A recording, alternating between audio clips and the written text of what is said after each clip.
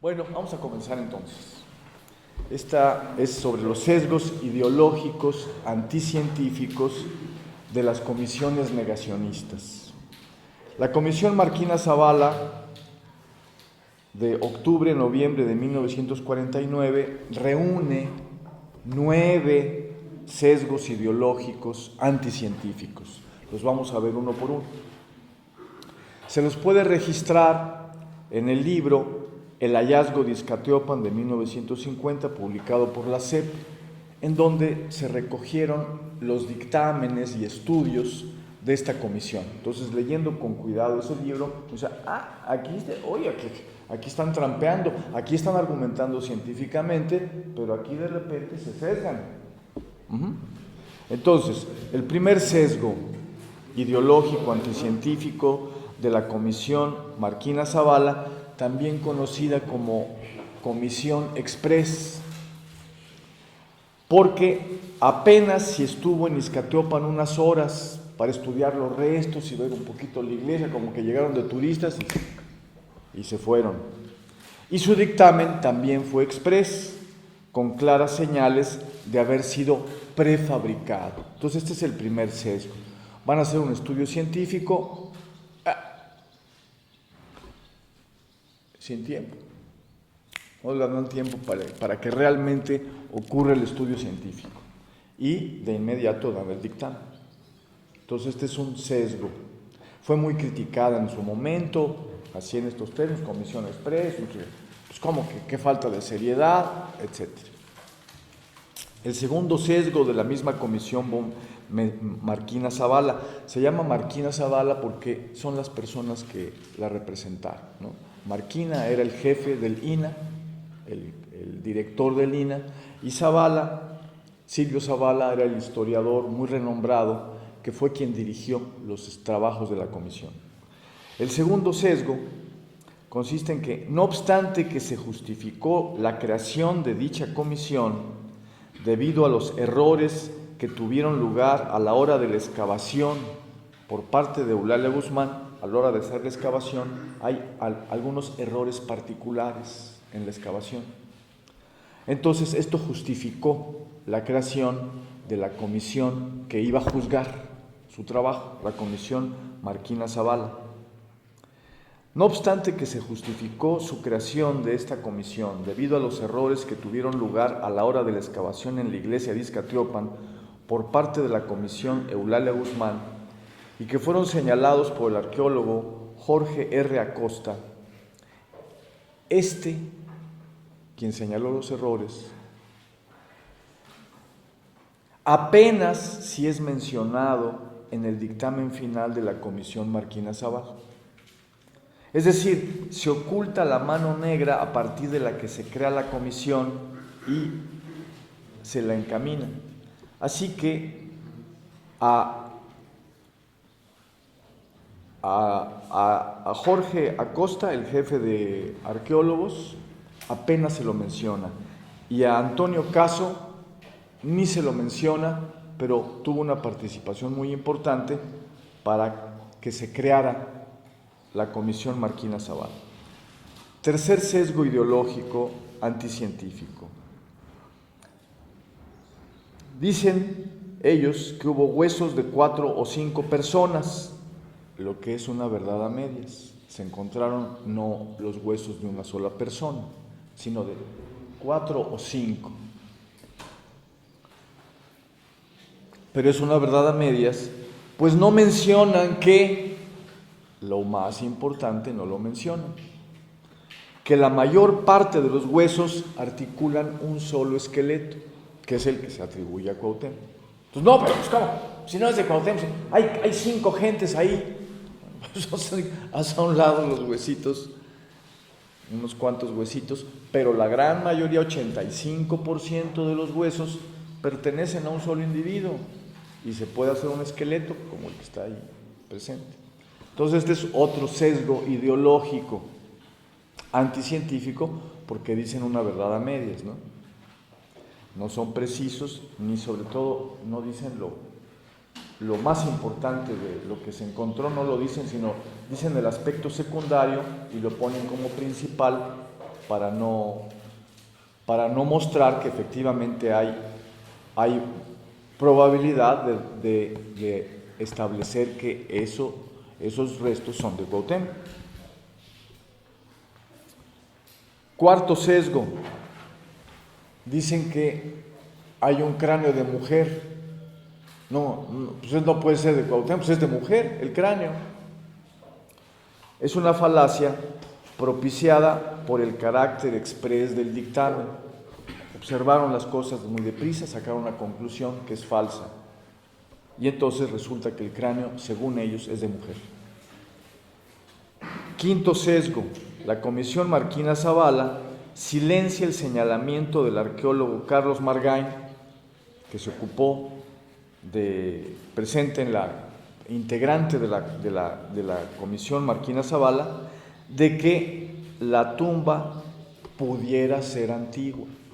O sea, dice, no, la comisión dictaminó que posiblemente la tumba era fabricada, era nueva y le habían metido huesos antiguos o había hecho truco. Pero el propio arqueólogo de la comisión dice, la tumba parece ser muy antigua, pero esto que dijo el arqueólogo Carlos Margain lo silenció la comisión.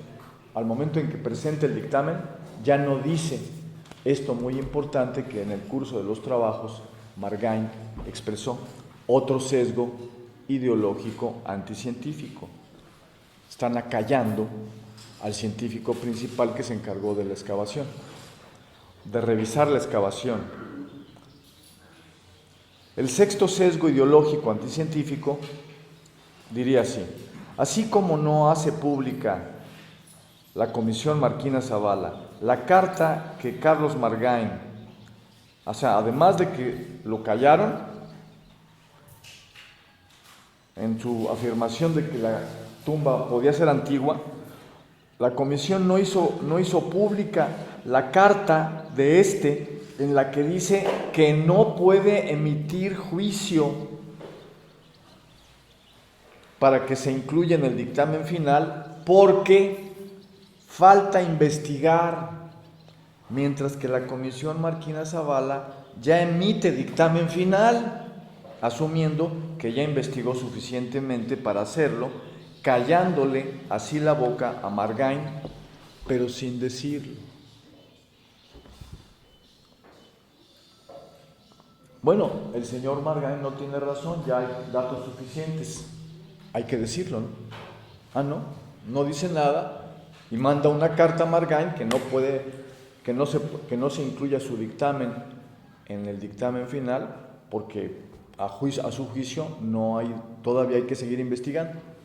Bueno, todo esto lo callan y hacen como que ya todo está para decir que no, ya todo está listo, todo está científicamente probado para decir que no. Bueno, pues no era cierto, ¿no?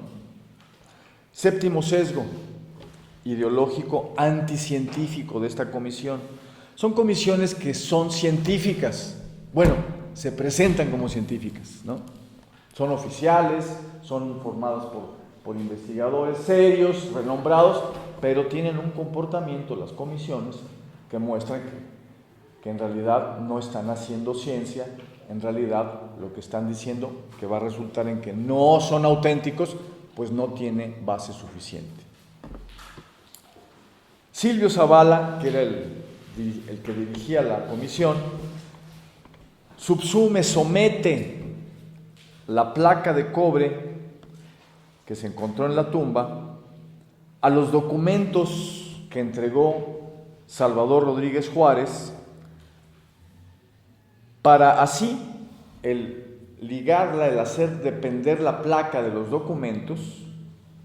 La placa se encuentra en la tumba, los documentos los tiene Salvador Rodríguez Juárez en su casa, pero Zavala dice, no, es que lo que dice la placa Rey E.S. Cuauhtémoc 1525-1529, la letra es igual a la de los documentos. Entonces así es como hace depender la placa encontrada en la tumba de los documentos que están afuera. Para decir que es apócrifa o falsa la placa, así como lo son los documentos, sin el debido análisis específico de la placa. Tú dices que esto es falso, bueno, pues analiza la placa. Pero él dice, él no hace eso.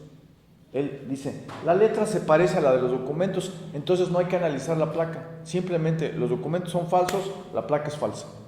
¿Sí? Hace ese truco, un sesgo ideológico anticientífico. Si tú afirmas una cosa acerca de esto, tienes que analizar esto, no platicarme de otra cosa. Octavo sesgo.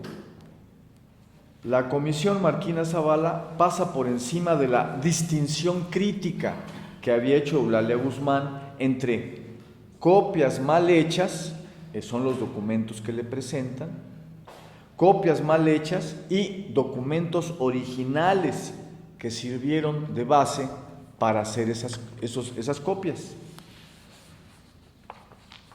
La comisión simplemente toma como que son falsos y no hay ningún documento original del que hayan sido copias.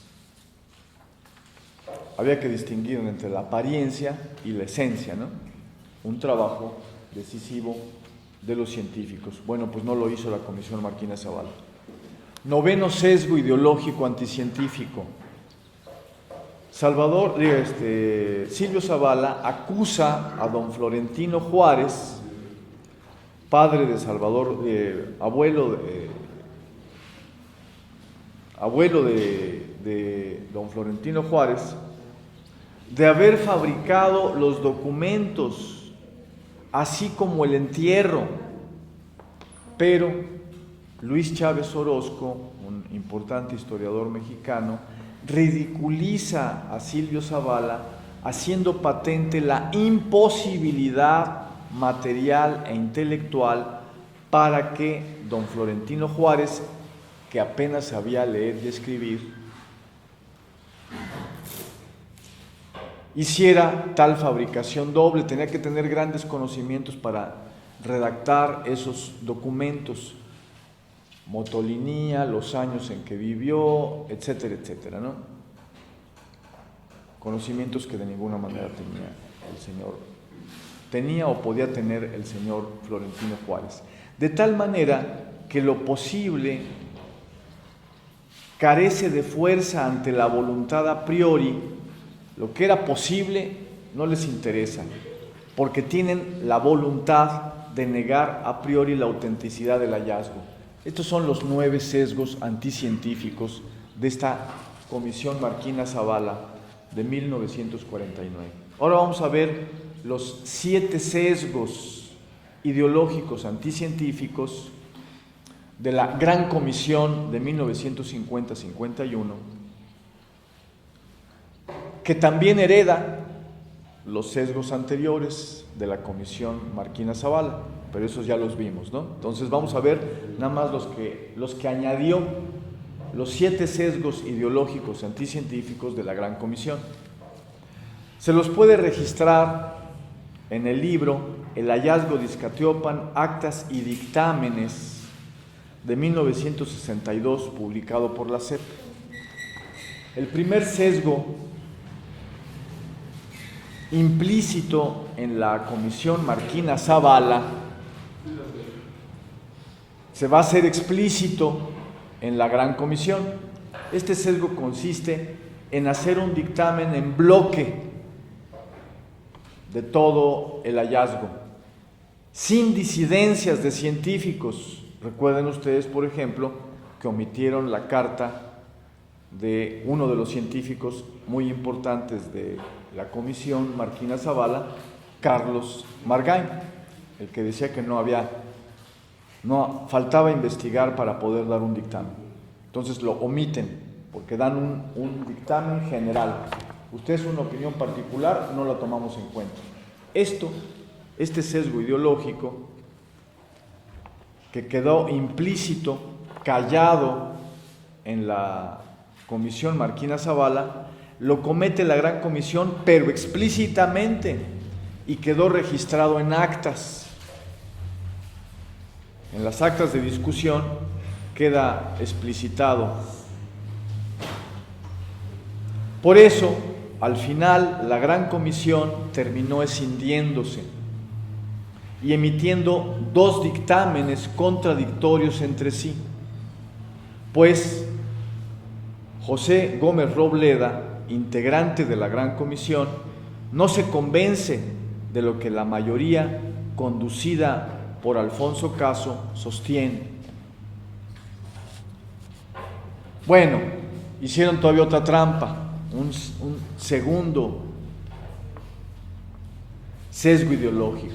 La Gran Comisión explicita la participación de Alfonso Caso en el cuestionamiento de la excavación, eso que la Comisión Marquina Zavala callaba.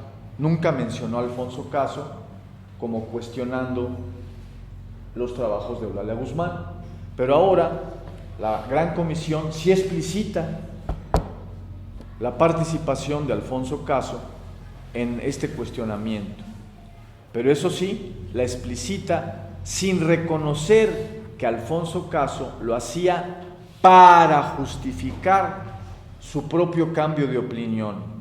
Primero, Alfonso Caso fue favorable y apoyó la autenticidad del hallazgo, y luego fue negativa respecto del mismo. Tercer truco o sesgo ideológico anticientífico. Julio Jiménez Rueda, integrante de la Gran Comisión, inventa dos iglesias. No, hay una iglesia, ¿no? La iglesia antigua. Bueno, inventa dos iglesias para señalar que la de Nuestra Señora de la Asunción es de la segunda mitad del siglo XVI, así que es imposible que los restos de Cuauhtémoc estén en ella. O sea, hay otra iglesia u otra iglesia antigua. Ahí pudieran haber estado, pero en esta no. Bueno, hay que inventar otra iglesia, ¿no? Para decir eso. Este es un truco.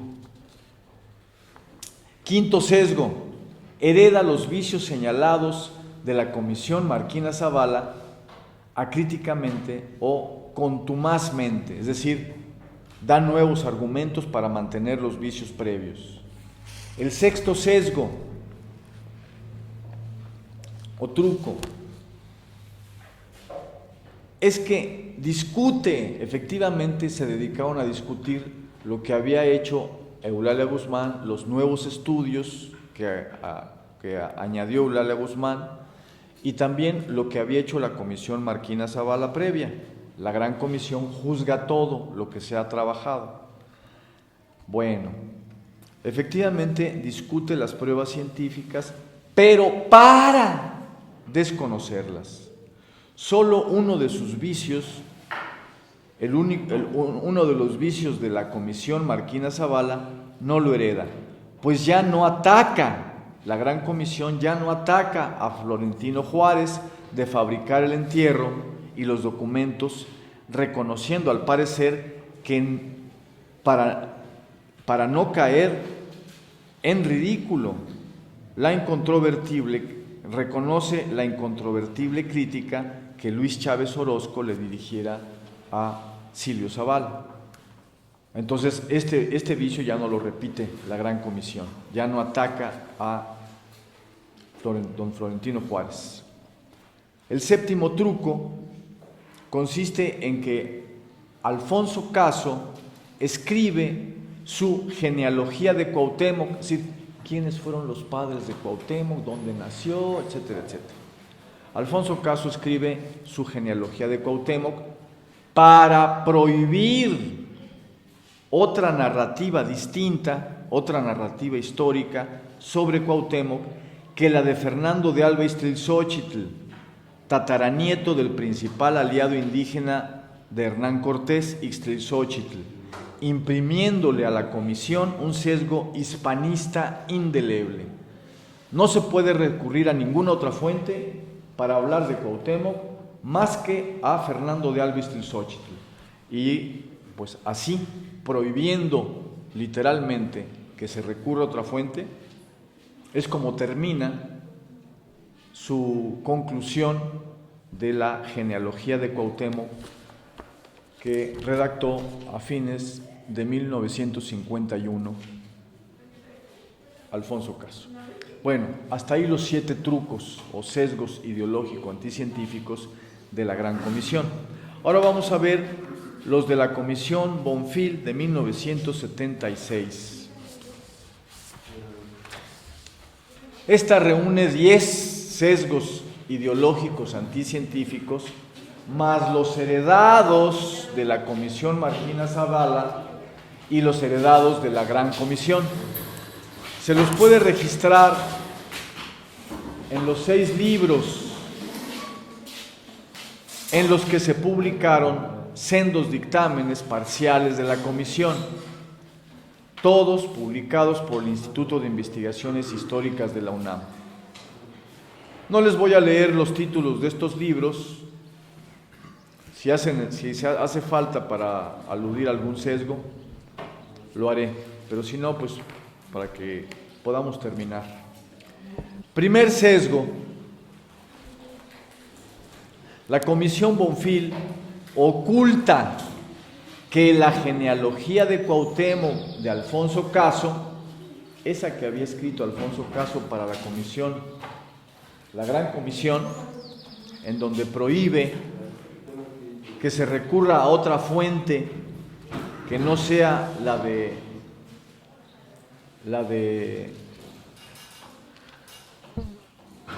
Fernando de Alba Ixtlilxóchitl y fuentes afines a la misma. La Comisión Bonfil oculta que la genealogía de Cuauhtémoc de Alfonso Caso, escrita en 1951, preside los trabajos de la Comisión Bonfil de 1976 y preside sus conclusiones. Es más, ni siquiera menciona el trabajo de Alfonso Caso. El trabajo presuntamente científico que está presidiendo los dictámenes finales de la Comisión Bonfil ni siquiera es mencionado que existe. Se oculta de nueva cuenta de dónde está saliendo el machete, ¿no? La hoja para decir que no son auténticos los restos. El tercer sesgo, segundo sesgo o truco de la Comisión Bonfil de 1976, extravía o roba el tercer metatarsiano y el atlas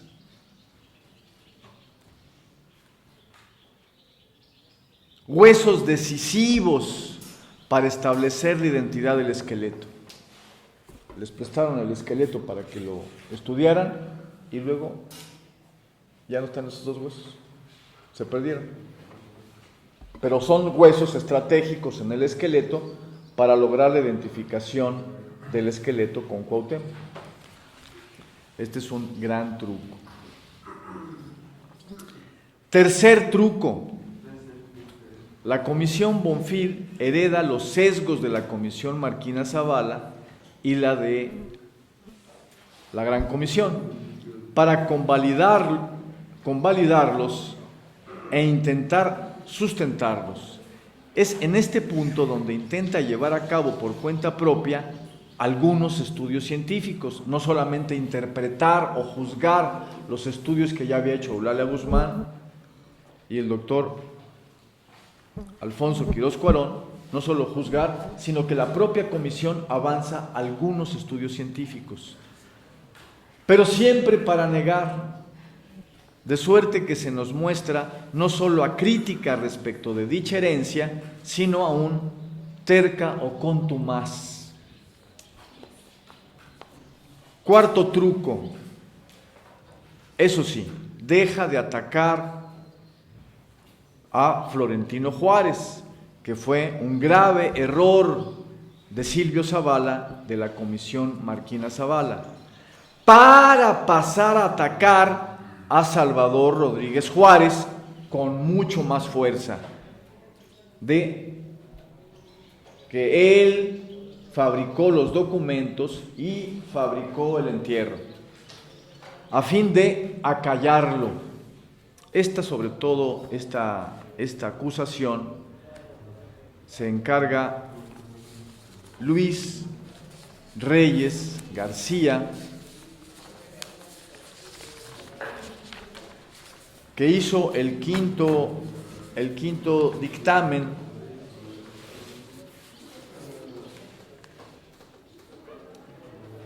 que se titula Documentos, manuscritos y pictóricos de Ixcatiopan Guerrero, publicado en 1979 por el Instituto de Investigaciones Históricas de la UNAM. Ahí en este dictamen parcial es que acusa muy duramente a Salvador Rodríguez Juárez. El quinto truco: Sonia Lombardo, arquitecta, que se encargó de hacer la investigación de la iglesia de Ixcatiopan en 1976, perfecciona el estudio sobre la iglesia científicamente, pero estos estudios científicos que hizo de la iglesia los endereza para intentar sostener las falacias que había sostenido la Gran Comisión, a saber, 2 iglesias. Aquella invención de las 2 iglesias la insiste Sonia Lombardo.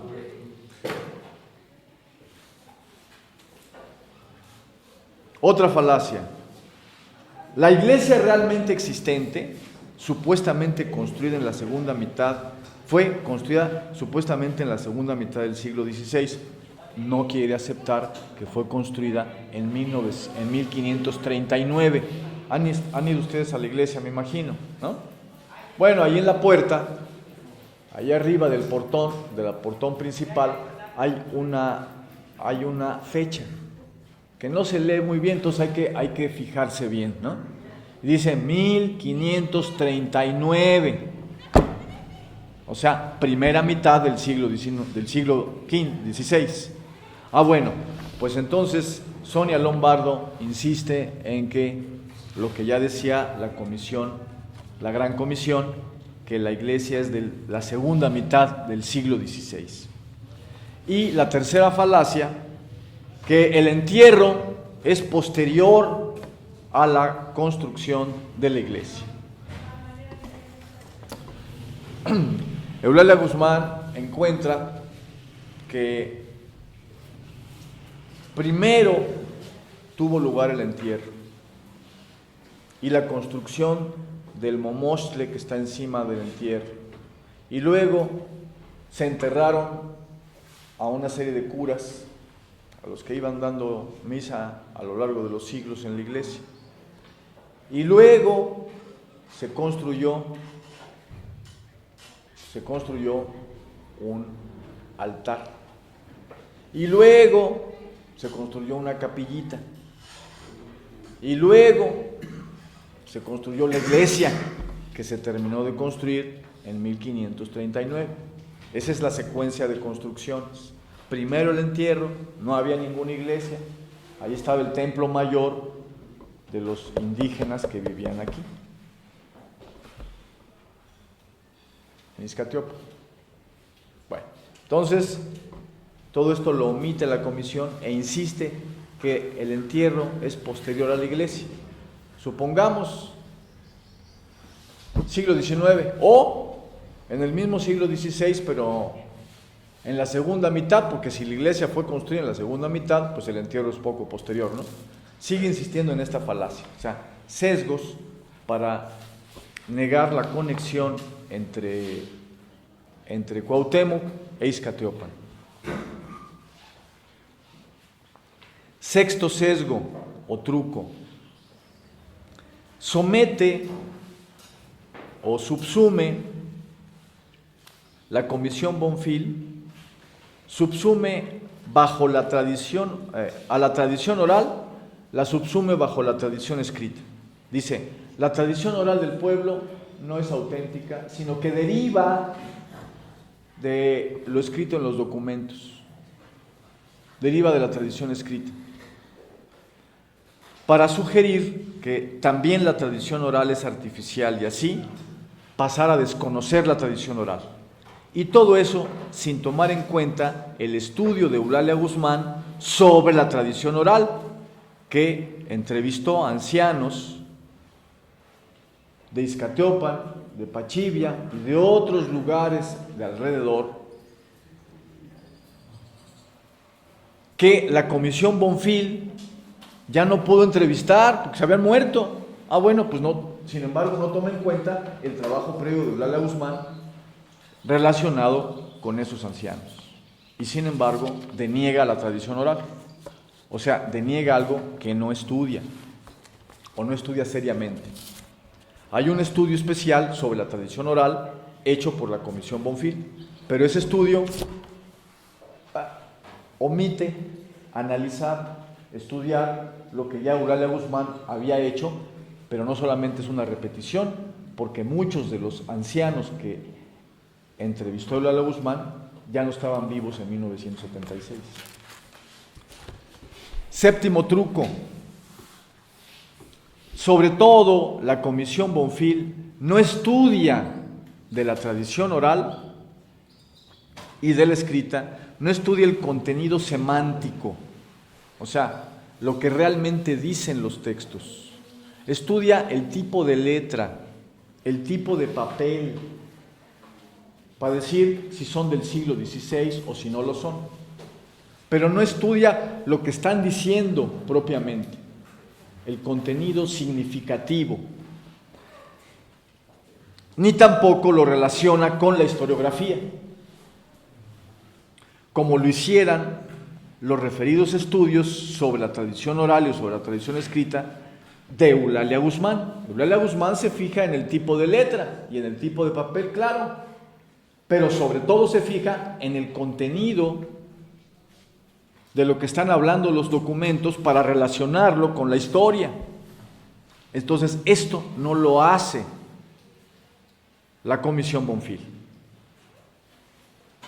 Pero eso sí, intenta escindir, separar, dividir, alejar lo escrito en la tradición oral y escrita, aunque no la estudia, intenta separarla, desvincularla de la historiografía. No tiene nada, lo que dice la tradición de Izcateopan no tiene que ver con la historia.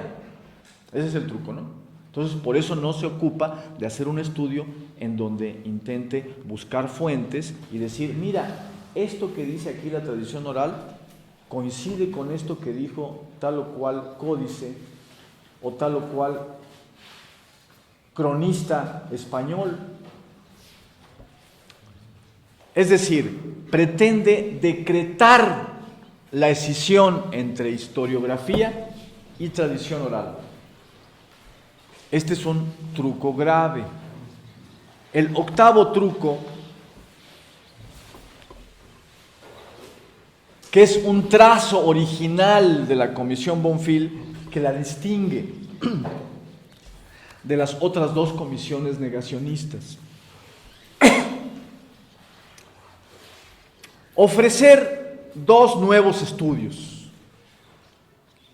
Uno sobre cultura del siglo XIX, se llama así el dictamen, Cuauhtémoc del siglo XIX, y otro, un estudio de opinión pública a través de los periódicos en el siglo XX, para los años de 1949 a 51, para con ellos, con estos dos estudios de tipo cultural y de opinión pública, crear la idea marco de que el trabajo científico de Eulalia Guzmán y de la Comisión del Banco de México no lo es decir, no es un trabajo científico.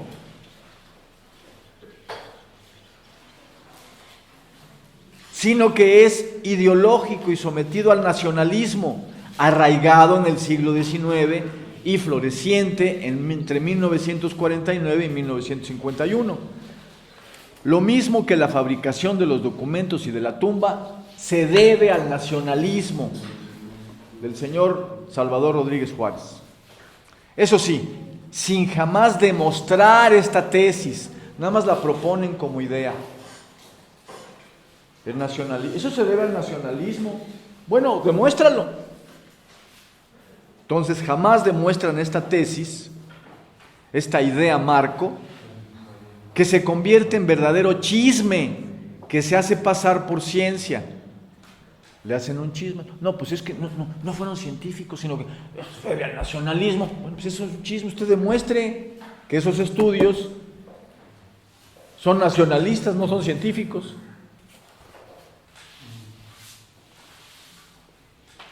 En gracia a que el análisis cultural y de la opinión pública referidos siguieron efectivamente procedimientos científicos para elaborarse.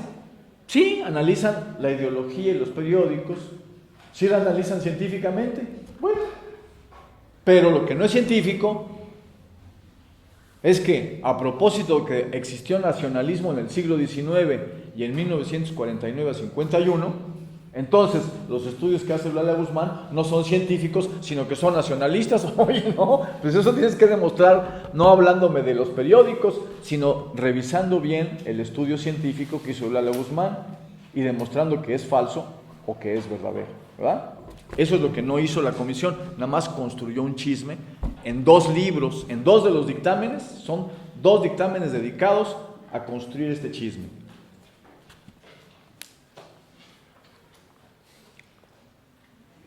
De ninguna manera podía sacarse como conclusión la aludida idea marco, que sin embargo encaminó a ambos estudios y aún es explícitamente esgrimida, sobre todo en el estudio de Alejandra Moreno Toscano, sobre la opinión pública entre 1949 y 50, que redondea el análisis del nacionalismo mexicano ensayado por la Comisión Bonfil. El noveno sesgo o truco de la Comisión Bonfil. Eduardo Matos Moctezuma, integrante de esta comisión, el arqueólogo principal de esta comisión, trastoca, tergiversa el informe arqueológico de Juan Yadeun, arqueólogo, pero fue quien realmente se encargó de la excavación en la zona arqueológica. Así que hay un arqueólogo principal, el jefe de arqueólogos, no se encarga directamente de la excavación, sino que revisa los trabajos. Quien se encargó realmente de la excavación es Juan Yadeun y presenta un informe de lo que encontró. Bueno, se la presenta al jefe de arqueólogos, que es Eduardo Matos Moctezuma. El arqueólogo que presenta el informe es Juan Yadeun. Y presenta un informe sobre la zona prehispánica para ajustarlo. Es decir, Eduardo Matos Moctezuma tergiversa lo que le entrega Juan Yadeun para ajustarlo a la agenda negacionista, evidenciando así que la genealogía de Cuauhtémoc de Alfonso Caso, aquel trabajo histórico en donde se prohíbe que se lea, se utilice otra fuente y afines a Fernando de Alba Ixtlilxóchitl para entender la historia de Cuauhtémoc,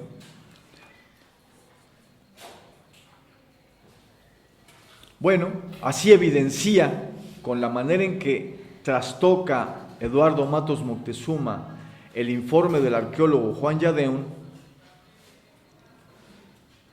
evidencia que la genealogía de Cuauhtémoc de Alfonso Caso preside los dictámenes, con su consigna de escindir Ixcateopan respecto de Cuauhtémoc. Imposible de que naciera en Ixcateopan, pues Fernando de Alba Ixtlilxóchitl afirma que nació en Tlatelolco y Alfonso Caso se niega a recurrir a ninguna otra fuente que afirme lo contrario, como las hay, y prohíbe que se recurra a ellas, tal y como lo dice expresamente en las conclusiones de su estudio de 1951. Bueno, el 10º truco de esta comisión. La Gran Comisión de 1951 se ocupó de discutir las pruebas científicas ofrecidas por la Comisión del Banco de México, que apoyaba la autenticidad del hallazgo. Aunque discutió la Gran Comisión estas pruebas científicas que se ofrecieron a favor de la autenticidad del hallazgo por parte del Banco de México, aunque las discutió, es poco seria en su labor de discusión, lo que la llevaría a escindirse y a ofrecer dos dictámenes contradictorios entre sí: el negativo, firmado por la mayoría que hizo a un lado dichas pruebas, y el firmado por José Gómez Robleda, que se basa en dichas pruebas y confirma la autenticidad del hallazgo. Mientras que eso hizo la comisión, la Gran Comisión, ¿no? Sí discutió las pruebas, pero medio mal, pero como sí dio una discusión, terminó escindiéndose en unos investigadores que dijeron, no, pues las pruebas son buenas, y otro conjunto que no aceptó las pruebas. Mientras que la Comisión Bonfil de 1976 no reconoce siquiera que existen tales pruebas científicas, no las menciona siquiera para no tener que discutirlas o evidenciar que no lo hace, o que al hacerlo vicia su actuación, como le sucedió a la Gran Comisión en 1951. Bueno, estos son los trucos comisión por comisión, ¿no? 10 trucos de la comisión de la Bonfil de 1976, 7 trucos de la Gran Comisión de 1950-51 y 9 trucos de la Comisión Marquina Zavala de 1949. Ahora vamos a ver los trucos que todas llevaron a cabo, no los que llevaron cada una, sino las comisiones negacionistas en conjunto, cómo son truculentas. Las comisiones negacionistas reúnen 8 sesgos ideológicos anticientíficos generales.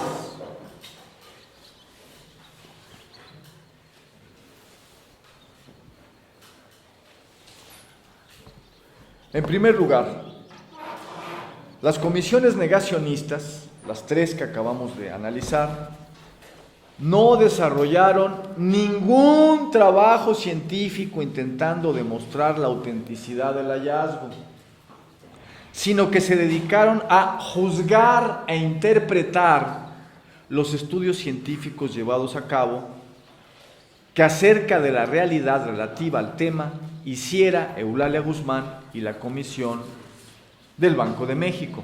Este es un gran truco. Tú eres científico, tú tienes que hacer ciencia, hacer estudios científicos, no simplemente ponerte a interpretar, que es lo que hicieron fundamentalmente estas comisiones.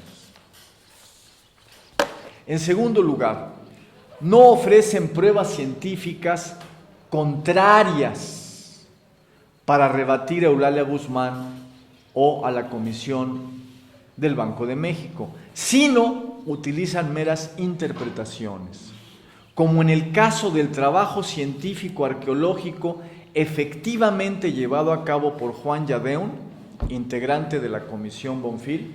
O sea, que la Comisión Bonfil hizo un trabajo.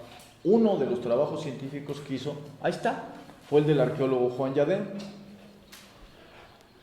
Pero sobre el estudio científico de Juan Yadeun, Eduardo Matos Moctezuma interpreta, sin tener bases para ello en dicho estudio científico, que no existe ninguna relación entre Izcatiopan y dice la Casa Real de Tenochtitlan. Dice textualmente Eduardo Matos Moctezuma. Entonces ya ven que incluso cuando hicieron estudios científicos no los toman en cuenta en cuanto tales, sino para apoyarse y hacer una interpretación que luego no tiene relación con el estudio científico que sí hicieron, sino nomás pretextan que hicieron un estudio científico y la interpretación es sesgada, negacionista. Este tipo de trucos son los que están haciendo las comisiones negacionistas. El tercer truco: las comisiones negacionistas aceptan todas las tesis que niegan la autenticidad, pero rechazan las pruebas científicas ofrecidas por Eulalia Guzmán y la Comisión del Banco de México que afirman la autenticidad. Todo lo negador lo aceptan, todo lo positivo o confirmativo lo rechazan, o como ya vimos, la Comisión Bonfil ni siquiera reconoce la existencia de tales pruebas científicas, es decir, que es anticientífica por principio. En cuarto lugar, el cuarto truco: desde la Comisión Marquina Zavala hasta la Comisión Bonfil de 1976, las comisiones negacionistas exageraron los errores realmente existentes del proceso de excavación llevado a cabo por la Comisión de Eulalia Guzmán. Exageraron estos errores para anularla, cuando que la falta del diario o bitácora de la misma y del croquis son requisitos formales. La excavación que hizo Eulalia Guzmán no tenía un croquis ni un diario de cómo habían ocurrido las excavaciones. Bueno, estos son requisitos formales de una investigación, pero no reales, para demostrar que la excavación estuvo bien o mal hecha, y en particular para demostrar que haya existido un espacio lo suficientemente grande por el que una persona hubiera penetrado desde capas superiores del suelo hasta la cista para fabricar el entierro, cual fuera la hipótesis paranoica, fantasiosa y sospechosista, por así decirlo, de Jorge R. Acosta, jefe de arqueólogos del INAH, y de Alfonso Caso. Por demás imposible esta hipótesis sospechosista, demás imposible de ser demostrada. Nunca intentaron demostrarlo, pues porque no se puede demostrar, pero mantuvieron la hipótesis para decir, no, pues estuvo mal hecha la excavación, fíjate, por ahí se pudo haber metido una persona. ¿En dónde? Pues enséñame el croquis. No tengo croquis. ¿Ya viste? Se pudieron haber metido por el croquis. Dicen, ¿en qué parte del suelo se metieron? Bueno, así pues, exageraron los errores de la excavación para anularla. Tan es así que los errores formales carecen de poder demostrativo para establecer que la excavación estuvo bien o mal hecha en realidad, que no por la falta de bitácora y de croquis se procedió a anular simple y llanamente la autenticidad del hallazgo propugnada por la Comisión Eulalia Guzmán, sino que por el contrario, se creó una comisión, la Comisión Marquina Zavala, para que indagara y juzgara si realmente la excavación había estado bien o mal hecha y si el hallazgo no era auténtico, como se desprendía de la prueba científica triangular establecida por Eulalia Guzmán, en la que el hallazgo de la tumba, placa y restos incluidos confirmaba los indicios de la tradición oral y escrita que señalaban que esa era la tumba de Cuauhtémoc. Así que, en quinto lugar, hay un quinto truco. En vista de proceder a negar la autenticidad del hallazgo, la Comisión Marquina Zavala y las restantes comisiones negacionistas se erigen sobre la premisa de asumir que los errores formales de la excavación carecen de poder demostrativo para establecer la excavación, si la excavación estuvo bien o mal hecha en realidad. Se levantan sobre esta premisa. Los errores formales no son suficientes para negar que el procedimiento de excavación estuvo bien hecho. No es suficiente los errores formales. Pero en todos sus dictámenes anula la validez de la excavación basándose simplemente en dichos errores formales. ¿Sí entendieron el truco? La excavación que llevó a cabo Eulalia Guzmán tiene errores. ¿Qué errores? No haber levantado un croquis de lo que se hizo y no haber llevado un diario. Hicimos esto, día tantos, encontramos esto, tal y tal. No hay croquis, no hay diario. Ah, entonces a lo mejor estuvo mal hecha la excavación. Pues puede ser. Pero puede ser que estuvo bien hecha. Que estuvo bien hecha en las palas, en todo lo que se hizo estuvo bien hecha. Pero estuvo mal hecha en que hay un error formal, no real, no la práctica de hacer la excavación, sino formalmente eso que hiciste, tienes que escribirlo, documentarlo, pues para que no se quede en la memoria nomás, ¿no? Entonces, como ocurrió este error formal, se crea una comisión y todas las demás negacionistas, para que revise si la excavación estuvo bien hecha o mal hecha, pero no revisa, sino que niega la excavación con base en los errores meramente formales. ¿Sí se entiende el truco? Yo acepto como científico que si encuentro que no hubo croquis, pues no significa necesariamente que la excavación estuvo mal, nomás no hubo croquis, ¿no? Yo acepto como científico eso, pero como quiero negar, no como científico, sino como ideólogo, como tramposo, entonces digo, como hay el error formal, lo voy a tomar como si fuera real, y entonces niego la excavación. ¿Se entiende? Bueno, si tienen duda, me la preguntan y les explico con detalle. Bueno, el sexto truco, hecho por todas las comisiones. Todas las comisiones negacionistas ocultan que la plática llevada a cabo en el viaje de un día desde Izcatiopan a la Ciudad de México, en aquella época, ahora se hacen como 4 horas de la Ciudad de México, bueno, en aquella época se hacía un día y medio. Primero llegaban a Iguala, no a Taxco, llegaban a Iguala y de Iguala ahí se dormían y a la mañana siguiente salían para Izcatiopan. Se hacía día y unas cuantas horas. Bueno, entonces hay mucho tiempo para platicar, ¿no? Bueno, entonces ocurrió una plática muy importante en ese trayecto. Todas las comisiones negacionistas ocultan que la plática llevada a cabo en el viaje de un día desde Izcatiopan a la Ciudad de México, la plática del 29 de septiembre de 1949, llevada a cabo entre Jorge R. Acosta, jefe de arqueólogos del INAH, Ignacio Marquina, director del INAH, y Alfonso Caso, director del Instituto Nacional Indigenista, esta plática generó la conformación de la Comisión Marquina Zavala, que fue formada para negar el hallazgo, la autenticidad del hallazgo.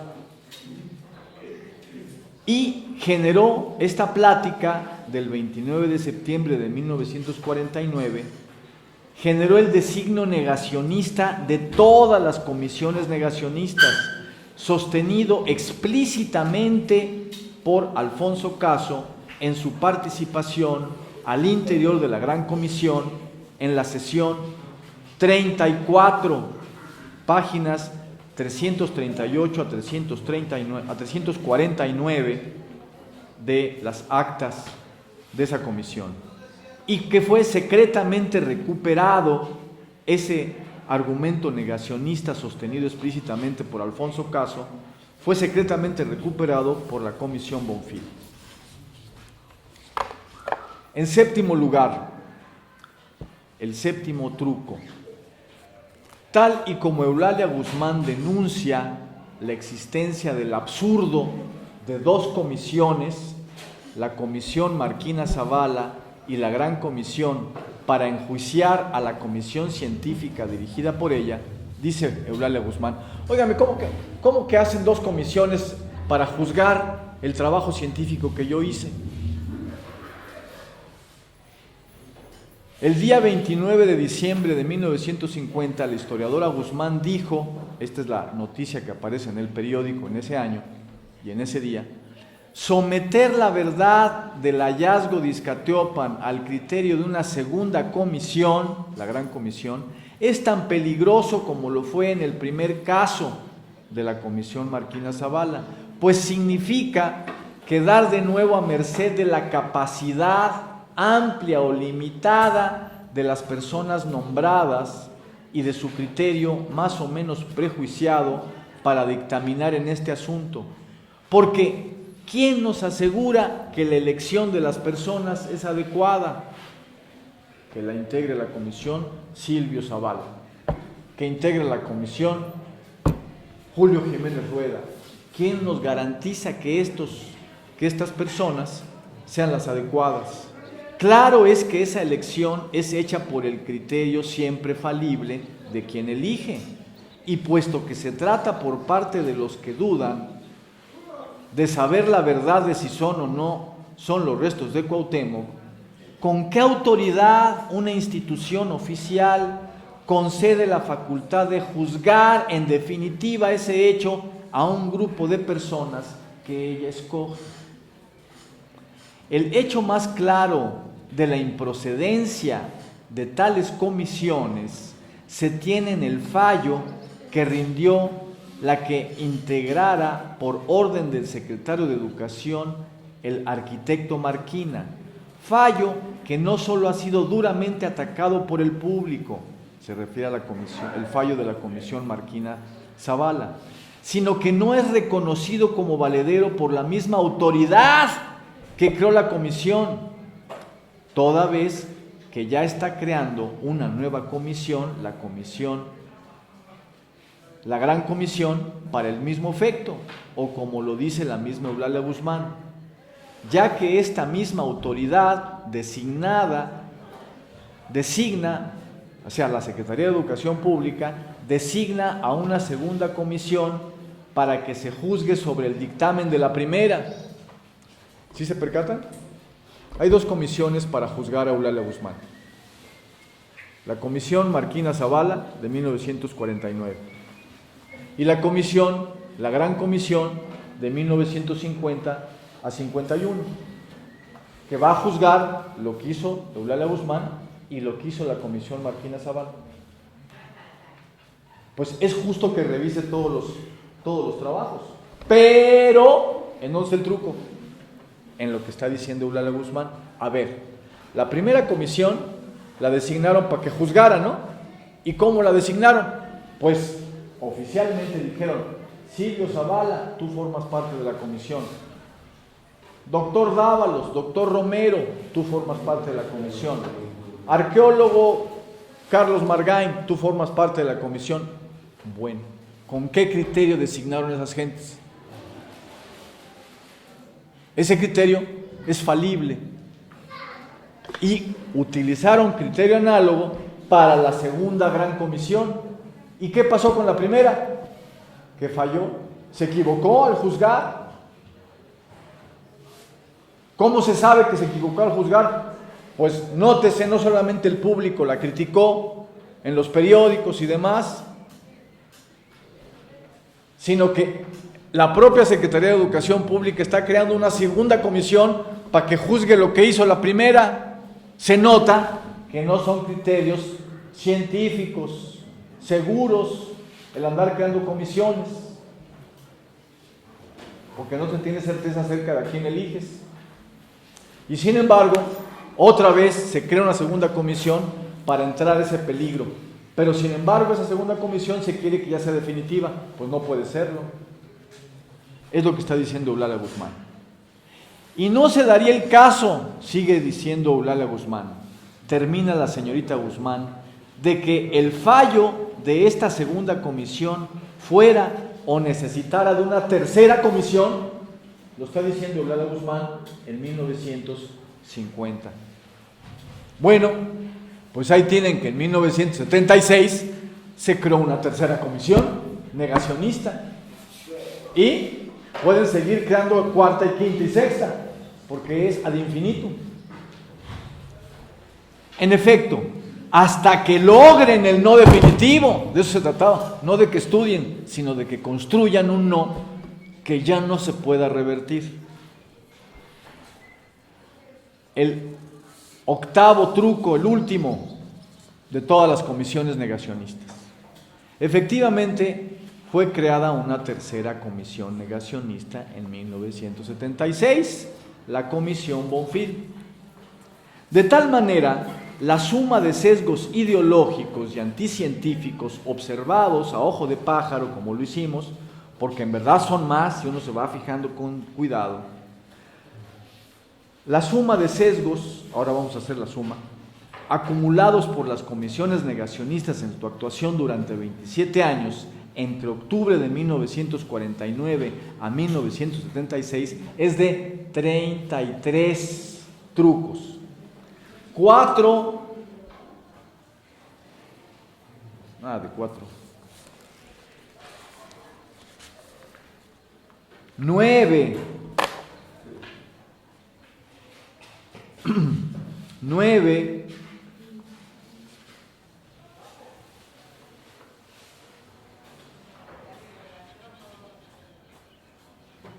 9 de la Comisión Marquina Zavala, 7 de la Gran Comisión, 10 de la Comisión Bonfil y 8 generales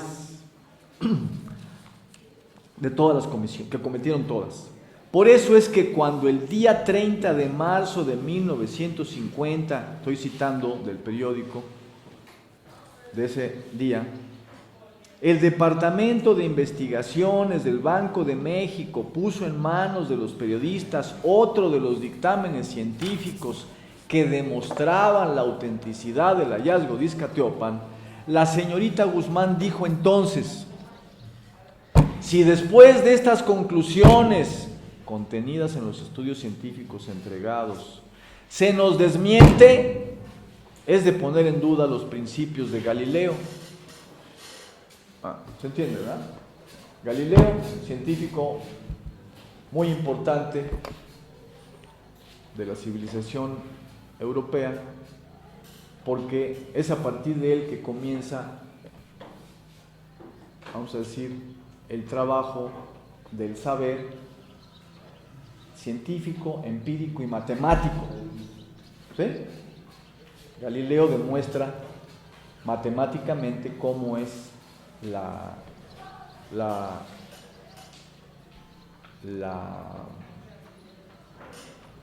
trayectoria de la Tierra alrededor del Sol, basándose en Copérnico.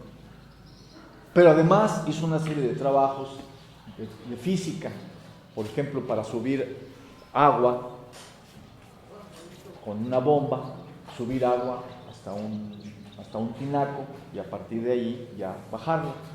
Todos esos trabajos son empíricamente construidos, demostrados. Entonces, por eso Galileo tiene la reputación de presidir la ciencia occidental. Dice, bueno, pues si ahora nos niegan los trabajos científicos, pues yo creo que ya es necesario que pongamos en duda los principios de Galileo, porque estos están inventando una ciencia superior. Se entiende que está satirizando a los trabajos, al carácter anticientífico de las dos primeras comisiones negacionistas, la Comisión Marquina Zavala y la Gran Comisión. Perfectamente aplicable dicha sátira a la tercera comisión. Bueno, hasta ahí terminamos con los sesgos ideológicos anticientíficos de las comisiones negacionistas, que es la tercera pieza del rompecabezas de cómo estuvo la discusión científica e ideológica, la polémica científica e ideológica en torno al hallazgo de los restos de Izcatiopan. Pues hasta ahí dejo la plática y preguntas que tengan, nos va a añadir un comentario el doctor Gerardo Ceniceros. Pues, muchas gracias, profesor Jorge. Gracias a ustedes por permitirnos estar aquí. Este esfuerzo ha sido iniciado por el profesor Edilberto Morales, que nos ha convocado para estar con ustedes. Aquí ustedes ya conocen previamente al profesor Pablo Montezuma.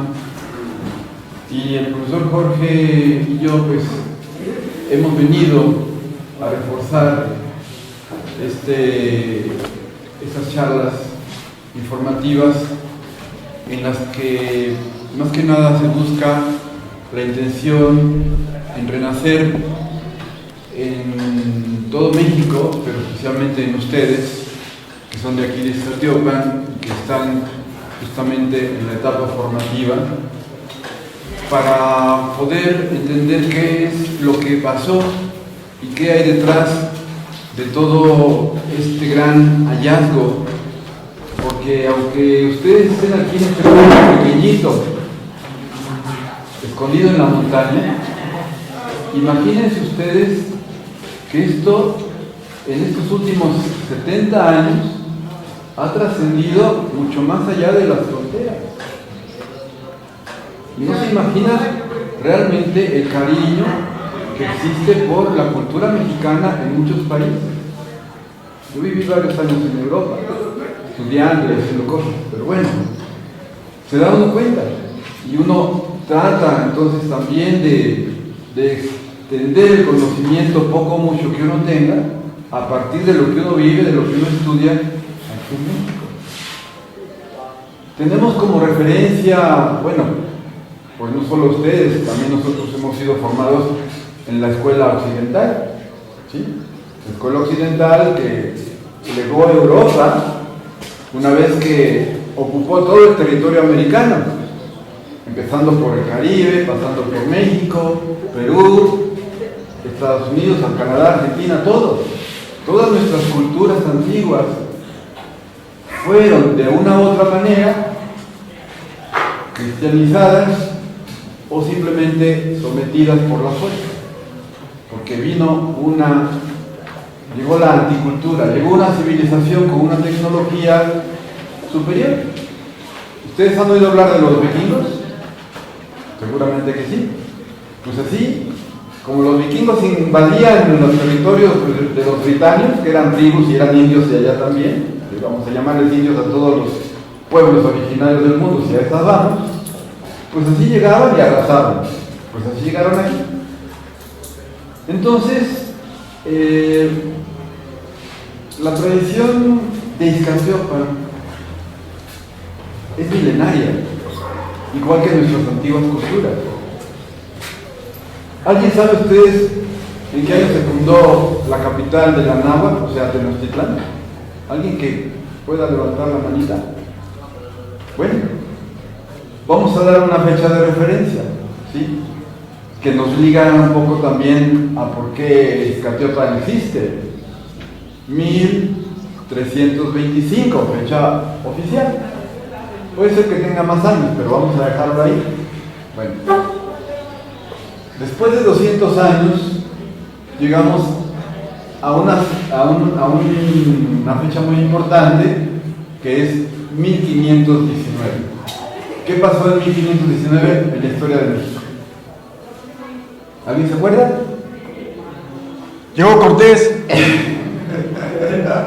Bueno, pues llegó un señor que le pusieron después, no sé, por arte de magia también, así como esconden los huesos, pues también le pusieron al señor Hernán para darle un título como de gran señor, que realmente no se merecía. Bueno, se llamaba Fernando, ¿sí? Y era un señor advenedizo. ¿Por qué digo advenedizo? Bueno, pues porque él estaba viviendo en Cuba, una que había sido invadida, que estaba siendo gobernada por el reino de Castilla. Vamos a diferenciar. Castilla es el reino que culmina la independencia de España frente a los moros, ¿sí?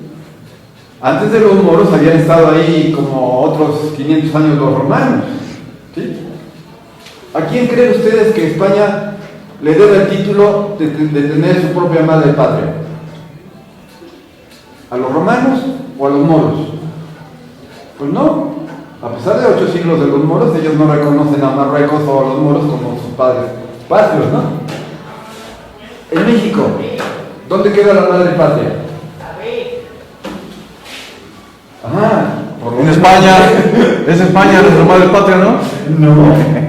En lo personal, para mí, bueno, entre paréntesis, si yo dijera que era la madre patria, bueno, para mí la abuela madre patria sería Tenochtitlán de la Náhuac, porque eso fue hace 500 años o más.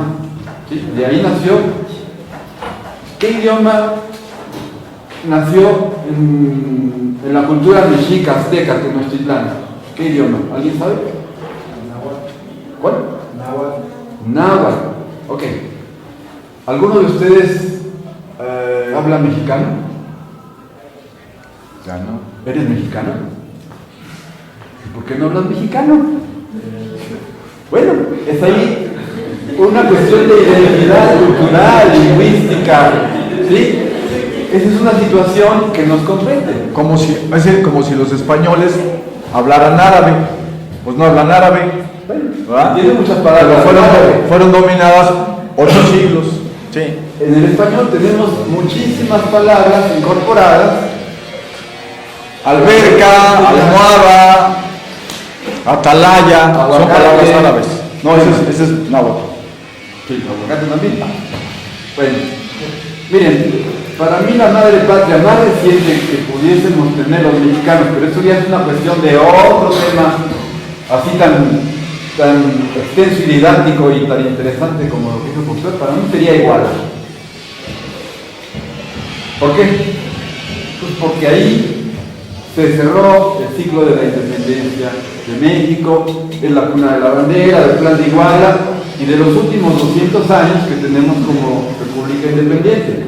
¿No? Hasta ahí estamos de acuerdo, eso para entender. Bueno, volviendo al tema que nos compete como izcatiopenses, eso en relación con ustedes por natalicio, y nosotros porque nos consideramos hijos adoptivos de Izcatiopa, ¿ok? Así que considérenos sus tíos adoptivos. Bueno, miren, todo el mundo conocemos una moneda de 5 pesos, ¿sí? Bueno, pues esta ya está chiquitita, ya ni siquiera tiene el tamaño que originalmente tenía. ¿Alguno de ustedes oyó hablar de la profecía de la moneda de 5 pesos? ¿O de Cuauhtémoc en una monedita? ¿Alguien ha visto una moneda que tenga la efigie de Cuauhtémoc? Estamos perdidos en el espacio. Bueno, la moneda de 5 pesos no era de ese tamaño.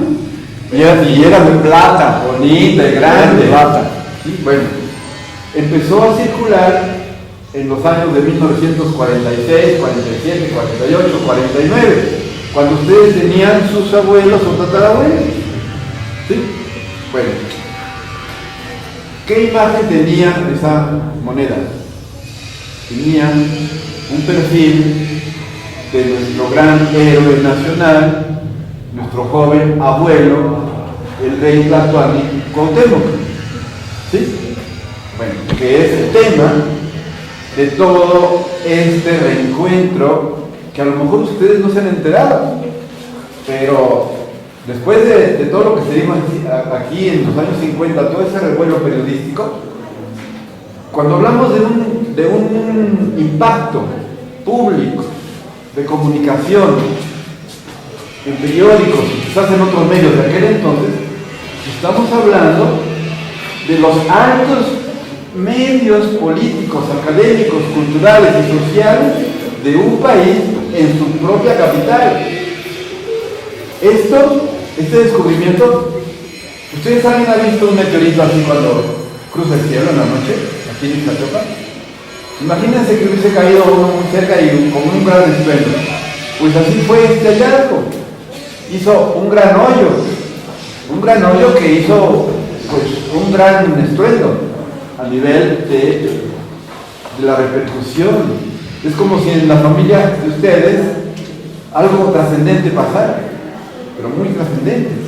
Y esto le pasó al pueblo de Izcatiopa. Aquí cayó este meteorito de una historia que era legendaria. Sus tatarabuelos lo guardaban en secreto. ¿Por qué? Porque tenían prohibido decir, en base a la prevención de riesgos de enemigos fortuitos o conscientes que quisieran violar la tumba o el lugar donde la tradición oral y la tradición documental, aquí referida previamente, estaban indicando que son los dos grandes pilares, las dos grandes columnas de este gran hallazgo. ¿Sí? Bueno, la moneda con un valor de 5 pesos había sido dicha para a nuestros antiguos abuelos de Escatiopan, los abuelos y los tatarabuelos de sus propios tatarabuelos de ustedes, o sea, hace 500, 400 años. Existía como un lema o dicho profético que cuando al rey Cuauhtémoc lo sellaran o lo fijaran o apareciera en un valor de 5, sería el tiempo de dar a conocer el lugar donde estaban depositados los restos de Cuauhtémoc, como ya lo vimos. ¿Dónde? ¿Alguien se acuerda? ¿Alguien se acuerda dónde dijimos que estaba enterrado? Allá, en el altar de la patria, ¿sí? En la iglesia donde se danza. ¿Cada cuándo? ¿Cada es la fiesta de Cuauhtémoc? El 23 de febrero, fecha de su nacimiento. ¿Cuál es la fecha de muerte del señor Cuauhtémoc, nuestro joven abuelo? El 28. El 28. Bueno, por lo menos ya tenemos esto acá en la mente. ¿Sí? Bueno. Cuando llegan aquí las moneditas de plata bonitas con un valor de 5, que las acuñó el Banco de México, ¿sí? Entonces la familia de don Salvador Rodríguez Juárez, que es una familia con un ascendente ligado, en esto sí yo reconozco la Casa Real de Tenochtitlan, ¿verdad? Porque era parte consanguínea de los nobles de Iztacalco, ¿sí? Donde los troncos de familia fueron legados aquí a la familia Rodríguez Juárez del año 40 y, ¿qué dije? 9 y 50, ¿sí? La ascendencia dinástica de los Moctezumas y Chimalpopoca. Bueno, el anuncio profético era de que cuando apareciera la moneda había que dar a conocer los restos de Cuauhtémoc, y de lo que hemos mencionado aquí de nombres, ¿quién dio a conocer el hallazgo, el descubrimiento, donde estaban los restos? ¿Quién? Acuérdense. Ya lo dije yo, de nombre, ya lo dijo el profesor. ¿Ya son? Don. ¿Ya son? El doctor, ¿qué? El doctor Salvador Rodríguez Juárez. Ok. No me quiero quedar sin alumnos, simplemente lo de la monedita ya quedó. Sí, miren, eso es muy importante de la moneda. ¿Por qué del signo? Porque es el momento propicio. Porque antes de eso, cuando ya se está circulando una moneda con la efigie de Cuauhtémoc, es que ya es aceptado por todo México que Cuauhtémoc es un héroe. Entonces ya no hay peligro, porque antes de eso, pues aquí está Cuauhtémoc, pues es peligroso porque los hispanistas o los españoles o los criollos pueden andar persiguiendo indígenas y gente que tenga ahí guardados los restos de Cuauhtémoc. Entonces, mientras tanto, calladitos. En cambio, cuando ya aparece la moneda, es que ya todo mundo ha aceptado en buena medida que Cuauhtémoc es héroe, ¿no? Por eso era el signo. Bueno, pues